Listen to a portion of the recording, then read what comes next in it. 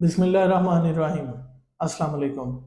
हमारी ख्वाहिश होती है हम जब भी बिस्तर पे लेटे हमें फ़ौरन से नींद आ जाए, लेकिन कुछ लोग ऐसे भी होते हैं जो जब भी बिस्तर पे लेटते हैं उनको टांगों में अजीब किस्म की बेचैनी सी महसूस होती है उनका। और ये बेचैनी इस किस्म की होती है कि वो जान का अजाब बन जाती है। ये बीमारी क्या है, आज हम इसी बीमारी के बारे में जानेंगे।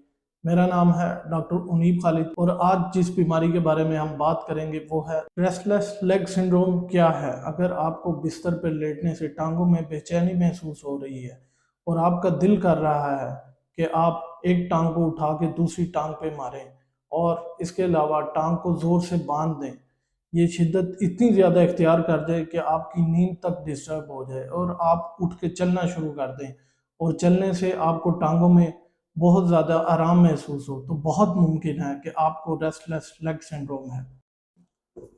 रेस्टलेस लेग सिंड्रोम एक न्यूरोलॉजिकल डिजीज़ है।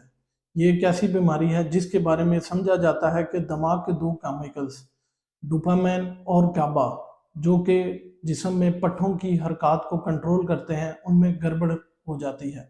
जिन भी जिन लोगों में रेस्टलेस लेग सिंड्रोम हो जाता है उनकी जिस्म के किसी भी हिस्से खुसूसन टांगों में जब वो रेस्ट कर रहे हों, जैसा कि सोने के लिए लेटें, कुर्सी पे, ऑफिस में बहुत ज़्यादा बैठें या लंबे सफ़र में हों, तो मरीज़ का दिल करता है कि वो अपनी टांगों को हिलाए और ऐसा करने से उसे बहुत सा आराम महसूस होता है। रेस्टलेस लेग सिंड्रोम की बीमारी औरतों को ज़्यादा मुतासर करती है।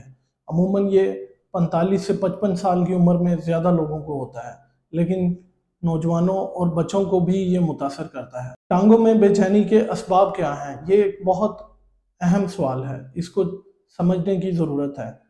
जैसा कि आम लोगों में आयरन की कमी, किसी को गुर्दों का मसला या प्रेग्नेंट लेडीज़ में हमल के आखिरी 3 माह। इसके अलावा बहुत सारी दवाइयाँ हैं जो कि रेस्टलेस लेग सिंड्रोम का सबब बनती हैं। इनमें सबसे पहले एंटी डिप्रेसेंट, एसएसआरआई या फ्लॉक्सिटिन, एंटी साइकोटिक्स जिसे हेलोपेरिडोल और रेस्पेरिडोन। इसके अलावा कुछ एंटी एलर्जिक जैसे सुडोएफिड्रिन। ये दवाइयाँ भी रेस्टलेस लेग सिंड्रोम की शिद्दत को बढ़ा देती हैं। इसके अलावा सिगरेट नोशी, चाय, काफ़ी, इनकी ज़्यादती भी इसकी शिद्दत को बढ़ा देती हैं। इस बीमारी के असबाब क्या हैं, इन सब को जानने के लिए हम कुछ टेस्ट करवाएंगे। इसमें सबसे पहले आयरन को नापने के लिए सीबीसी, सीरम फेरेटिन और टीआईबीसी।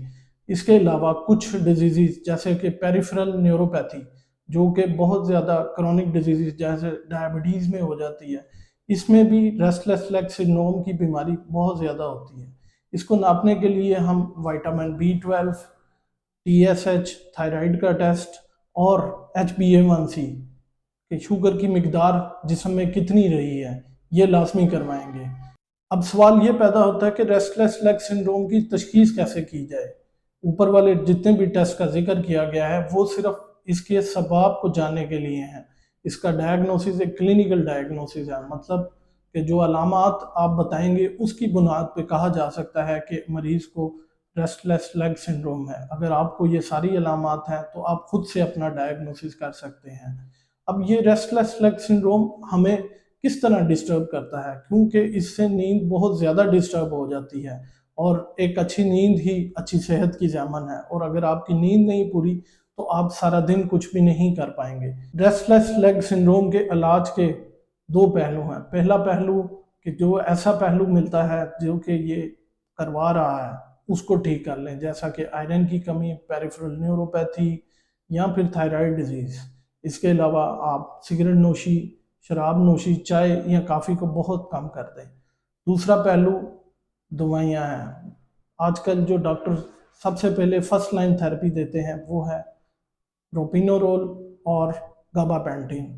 इसके अलावा अगर बीमारी की शिद्दत बहुत ज़्यादा है तो लीवोडोपा, जो कि एक बहुत ताकतवर दवाई है, वो भी दी जा सकती है। इसके अलावा वो दवाइयाँ जो कि इसकी शिद्दत को बढ़ा रही हैं, जो कि ऊपर पहले से बताई जा चुकी हैं, उनको भी देखने की बहुत ज़रूरत है कि क्या वो तो नहीं इसकी शिद्दत को बढ़ा रही हैं, लेकिन उनको एडजस्ट करने के लिए अपने डॉक्टर से लाजमी मशवरा करें।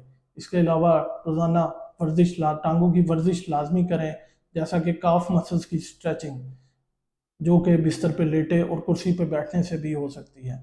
امید ہے یہ معلومات آپ کے لیے بہت فائدہ مند ثابت ہوگی۔ اپنا بہت سا خیال رکھیے گا، دعاؤں میں یاد رکھیے گا۔